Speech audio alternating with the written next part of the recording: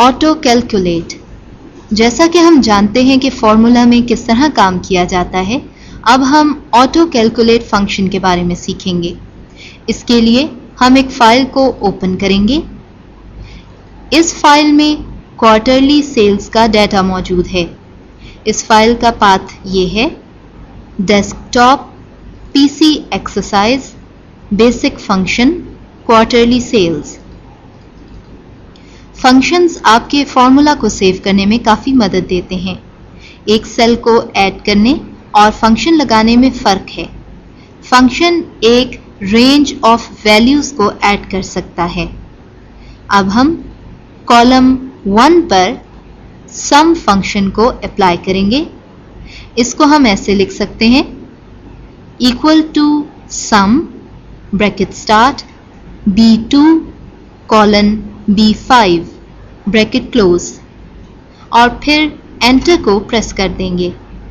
इस तरह हम सारे कॉलम का सम ले लेंगे और हमारा फॉर्मूला काफ़ी हद तक बेहतर हो जाएगा। इसी तरह अपने सारे डाटा की एवरेज भी ले सकते हैं।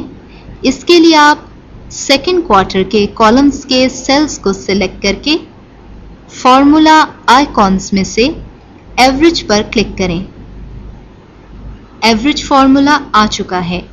अब हम ब्रैकेट में अपने डाटा की रेंज देंगे, जो कि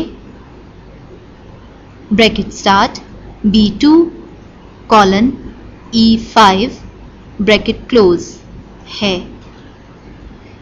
अब एंटर को प्रेस करें। इस तरह आपके पास आपके डाटा की एवरेज आ जाएगी। अगर हम ये जानना चाहते हैं कि हमारे डाटा की सबसे बड़ी वैल्यू कौन सी है, तो हम मैक्स फंक्शन का इस्तेमाल करेंगे। इसके लिए हम मैक्सिमम फंक्शन को सिलेक्ट करेंगे। यहाँ पर bracket start B2 colon E5 bracket close range को सिलेक्ट करेंगे और एंटर को प्रेस करेंगे। इस तरह हमारे पास मैक्सिमम वैल्यू आ जाएगी। आप इसी तरीके से अपने डाटा की सबसे कम वैल्यू को भी मालूम कर सकते हैं। इसके लिए हम मिनिमम फंक्शन को इस्तेमाल करते हैं।